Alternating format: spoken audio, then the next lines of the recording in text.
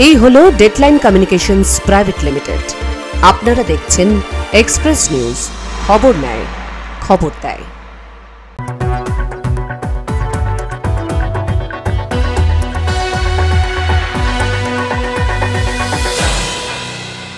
Express News brought to you by Sri Ramakrishna Institute of Medical Sciences and Shonoka Hospital. নমস্কার, express নিউজে আপনাদের সকলকে স্বাগত।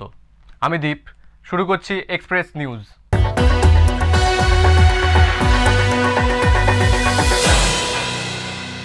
দীর্ঘদিন ধরে বন্ধ হয়ে যাওয়া কারখানা হিন্দুস্তান কেবলস, আর এই বন্ধ হয়ে যাওয়া কারখানাতেই পরিদর্শনে এলেন সিআইএসএফ এর আধিকারিকেরা। আসানসোলের রূপনারায়ণপুরে দীর্ঘদিন ধরে বন্ধ থাকা হিন্দুস্তান কেবলস কারখানায় বৃহস্পতিবার বিকেলে ফের পরিদর্শনে এলেন সিআইএসএফ আধিকারিকেরা। বার্নপুর থেকে আসা এই প্রতিনিধি দলটি কারখানায় কোন মৌজায় কতটা জমি আছে তা খুঁটিয়ে দেখেন। তবে এই পরিদর্শনের আসল কারণ এখনও অজানা, যা স্থানীয় মহলে জল্পনা সৃষ্টি করেছে। কারখানার আধিকারিক রবীন্দ্রনাথ ওঝা জানান, সিআইএসএফ আধিকারিকেরা কারখানার জমির বিবরণ দেখতে এসেছিলেন। হচ্ছে মানে ল্যান্ডগুলো দেখা হচ্ছে আর কি, মিনিস্ট্রি থেকে পাঠানো হচ্ছে এগুলো ওদেরকে দেখিয়ে দেওয়ার জন্য। আজকে তো सीआईएसएफ कौन आए थे जी? कमांडेंट नहीं, सीआईएसएफ के डीआईजी थे और उनके साथ कमांडेंट लोग थे। ये आए थे बनपुर से। आज की করলো স্যার পরিদর্শন? आज देखे नहीं পরিদর্শন আজকে কিছু হয়নি। আজকে শুরু দেখলেন ওরা কি কোন কোন মৌজাতে কি জমি আছে, কতগুলো জমি আছে। বন্ধ কারখানার বিশাল জমি ও পরিকাঠামো থাকায় এই পরিদর্শনের পিছনে কোনো নতুন প্রকল্পের সম্ভাবনা নাকি সিআইএসএফ এর নিজস্ব প্রয়োজনে জমি দেখা হচ্ছে তা নিয়ে প্রশ্ন উঠছে। সিআইএসএফ এর পক্ষ থেকে কোনো আনুষ্ঠানিক ঘোষণা না আসায় এই পরিদর্শনের উদ্দেশ্য নিয়ে ধোঁয়াশা কাটছে না। Bureau report, express news. একসময় বাঙালির হেসেলে অবিচ্ছেদ্য অংশ ছিল শালপাতার থালাবাটি। পাড়ার চপ ফুলুরি থেকে শুরু করে অনুষ্ঠান বাড়ির ভুরিভোজ, শালপাতার ছোঁয়ায় খাবার পেত এক অন্য রকমের তৃপ্তি। কিন্তু আধুনিকতার ছোঁয়ায় আজ সেই ঐতিহ্য মলিন, আর এর সরাসরি প্রভাব পড়ছে পূর্ব বর্ধমানের আউশ গ্রামের আদিবাসী সম্প্রদায়ের জীবন জীবিকার উপর। একসময় বাঙালির দৈনন্দিন জীবন ও উৎসবের অবিচ্ছেদ্য অংশ ছিল শালপাতার থালাবাটি। পাড়ার চপের দোকান থেকে শুরু করে সামাজিক অনুষ্ঠান সবখানেই দেখা মিলত এই পরিবেশ বান্ধব সামগ্রীর। কিন্তু আধুনিকতার ছোঁয়ায় সেই চিত্র আজ অনেকটাই ফিকে। কাগজ ও থার্মোকলের তৈরি থালাবাটির দাপটে হারিয়ে যাচ্ছে শালপাতার ঐতিহ্য, যার ফলে চরম সংকটে পড়েছেন পূর্ব বর্ধমানের আউশ গ্রামের আদিবাসী সম্প্রদায়ের মানুষজন। শালপাতার স্থান দখল করছে আধুনিক উপকরণ। কয়েক বছর আগেও স্থানীয় খাবারের দোকানগুলোতে চপ, ফুলুরি, কচুরির মতো মুখরোচক পদ শালপাতার প্লেটে পরিবেশন করা হতো। কিন্তু বর্তমানে সেই স্থান দখল করে নিয়েছে কাগজের ও থার্মোকলের তৈরি প্লেট। শুধু ছোট দোকান নয়, পাড়ার অনুষ্ঠান বাড়িতেও শালপাতার থালাবাটির ব্যবহার চোখে পড়ে না বললেই চলে। সহজলভ্যতা এবং তুলনামূলক কম দামের কারণে এই আধুনিক উপকরণগুলোই এখন বেশি ব্যবহৃত হচ্ছে। শালপাতার থালাবাটির চাহিদা কমে যাওয়ায় সবচেয়ে বেশি ক্ষতিগ্রস্ত হচ্ছেন আউশগ্রাম জঙ্গলমহলের আদিবাসী সম্প্রদায়ের মানুষ। তাদের জীবন জীবিকার প্রধান উৎসই ছিল শালপাতা সংগ্রহ ও তা থেকে থালাবাটি তৈরি। জীবনের ঝুঁকি নিয়ে ভোরবেলা গভীর জঙ্গল থেকে শালপাতা ও কুচিকাঠি সংগ্রহ করে তা সেলাই করে শুকিয়ে বান্ডিল করে মহাজনদের কাছে বিক্রি করাই ছিল তাদের একমাত্র ভরসা। এই শিল্পে যুক্ত শ্রমিকেরা জানান, আগে শালপাতার থালাবাটির চাহিদা অনেক বেশি ছিল।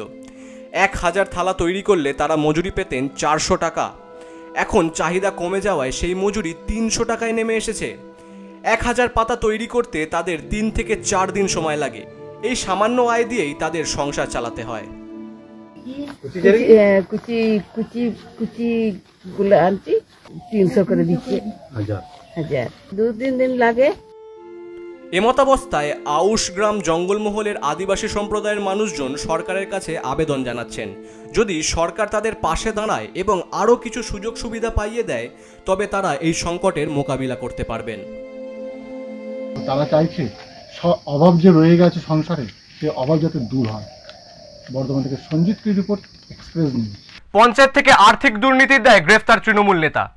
তৎকালীন তৃণমূল প্রধান এই দুর্নীতির সঙ্গে যুক্ত দাবি বিজেপির। বিজেপিকে পাল্টা আক্রমণ তৎকালীন তৃণমূল প্রধানের, আর এই নিয়েই শুরু হয়েছে রাজনৈতিক তরজা। নদিয়ার শান্তিপুর থানার অন্তর্গত ফুলিয়া টাউনশিপ গ্রাম পঞ্চায়েত এখন বিজেপির দখলে। এর আগে তৃণমূলের যখন গ্রাম পঞ্চায়েত ছিল তখন নাকি বড়সড় আর্থিক দুর্নীতি হয়েছে, এমনই অভিযোগ গেরুয়া শিবিরের। ওই পঞ্চায়েতের যিনি ট্যাক্স সংগ্রহ করেন তার বিরুদ্ধে লক্ষ লক্ষ টাকা আর্থিক দুর্নীতির অভিযোগ উঠেছে। সেই অভিযোগের ভিত্তিতে প্রতীক গুপ্ত নামে ওই অভিযুক্তকে পুলিশ গ্রেফতার করে। জানা যায় অভিযুক্ত প্রতীক গুপ্ত তৃণমূলের বুথ সভাপতি। অভিযুক্তকে গ্রেফতার করে রানাঘাট আদালতে তোলা হয়।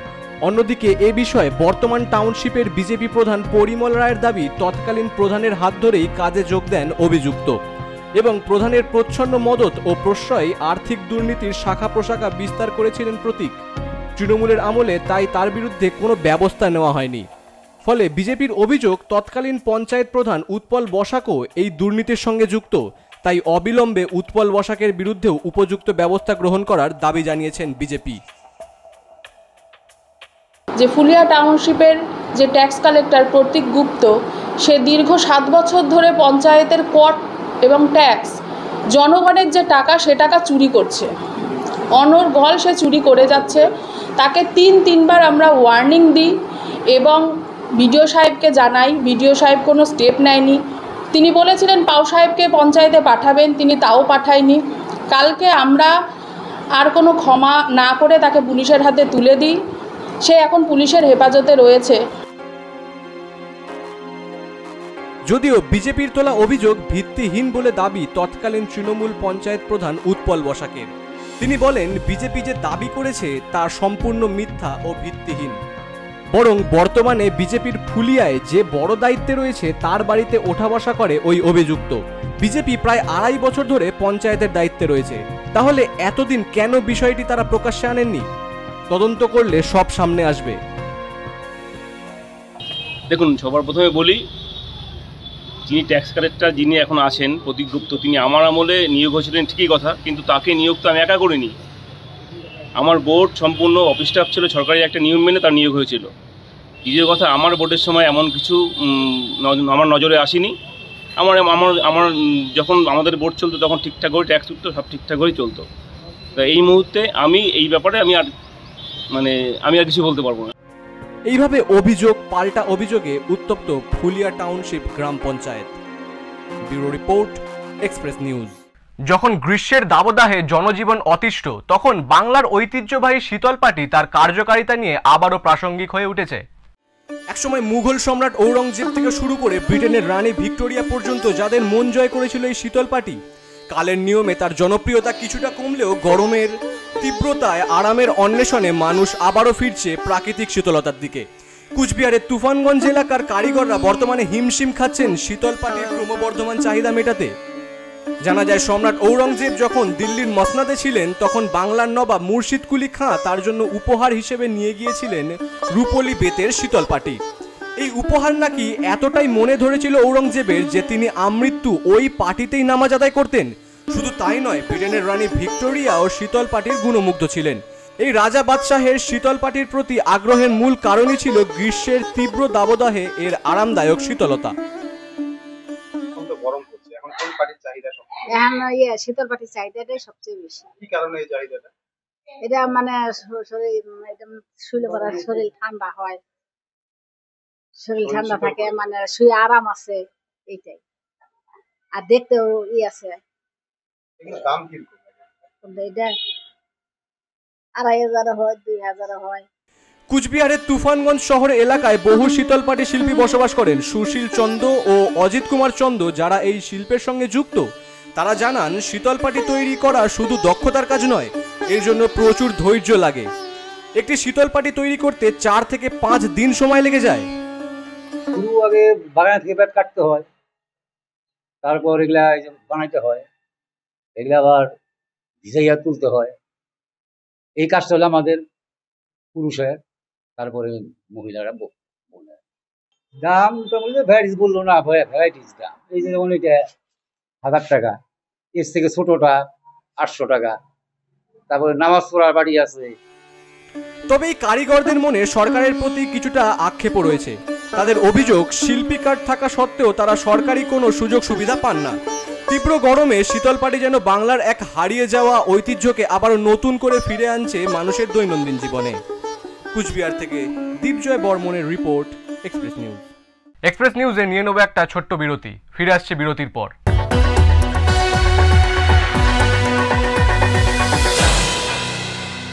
Sri Ramakrishna Institute of Medical Sciences and Shanuka Hospital, দেশের প্রথম institute, a complete cancer hospital and research center, উন্নত মানের রেডিওথেরাপির ব্যবস্থা, এই রাজ্যে প্রথম digital PET CT. Sri Ramakrishna Institute of Medical Sciences and Shanuka Hospital, excellence in health education and affordable healthcare, Malandighi, Kaksa, Durgapur.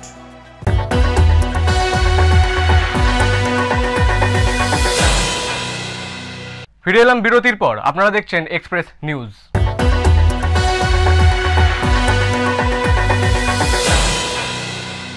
ভারতে বাংলাদেশিদের অবৈধভাবে আনাগোনা বেড়েই চলেছে।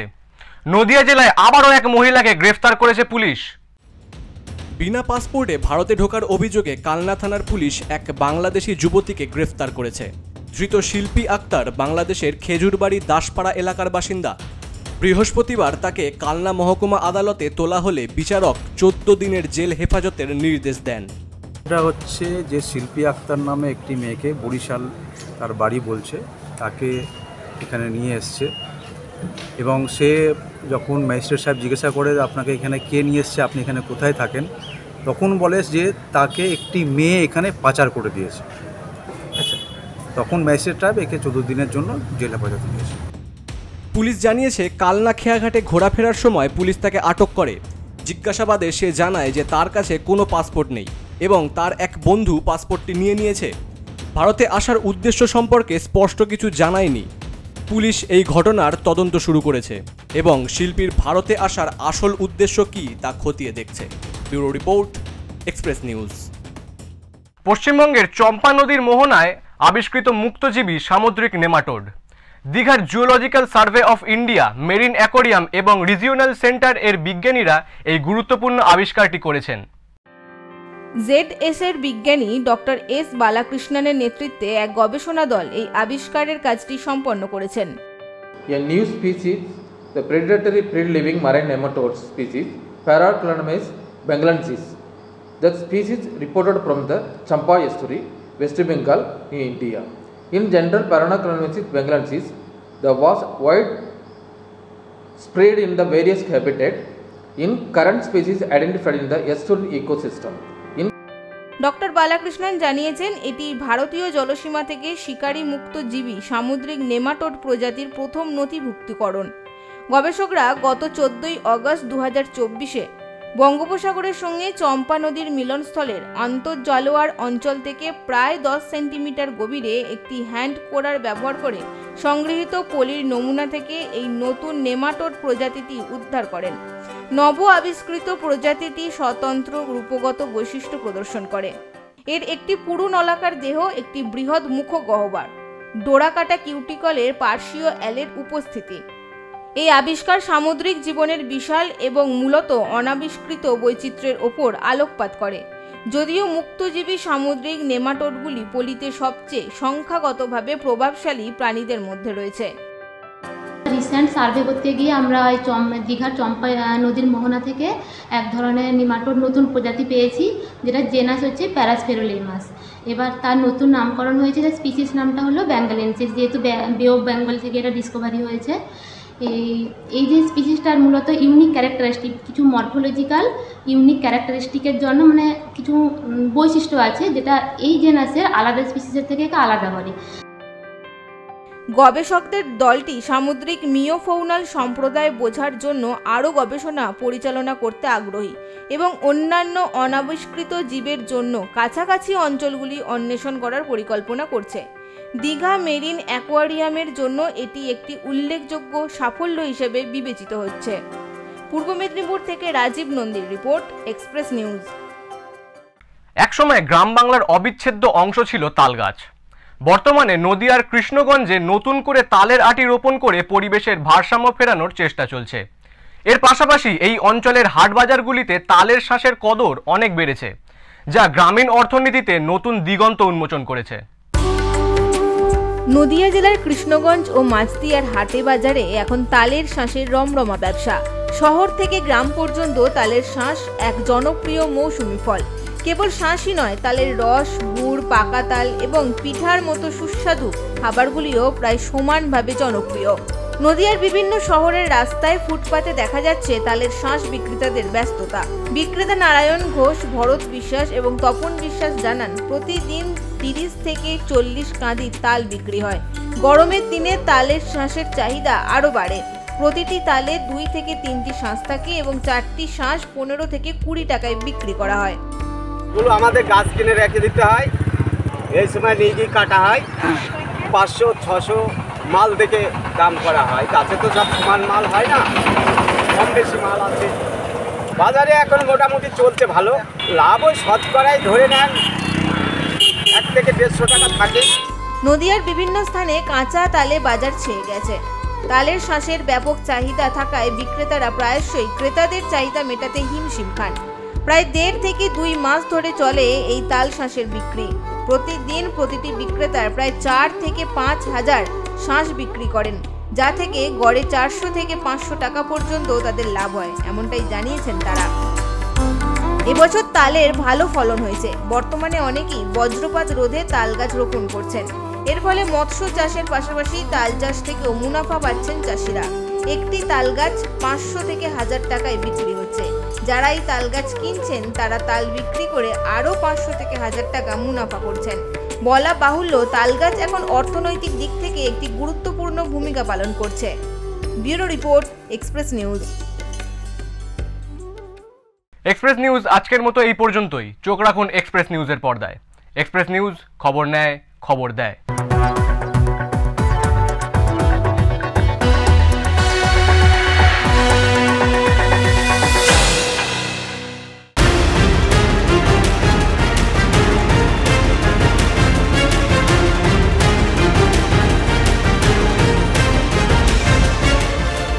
এই হলো ডেডলাইন কমিউনিকেশনস প্রাইভেট লিমিটেড। আপনারা দেখছেন এক্সপ্রেস নিউজ, খবর নেয়, খবর দেয়।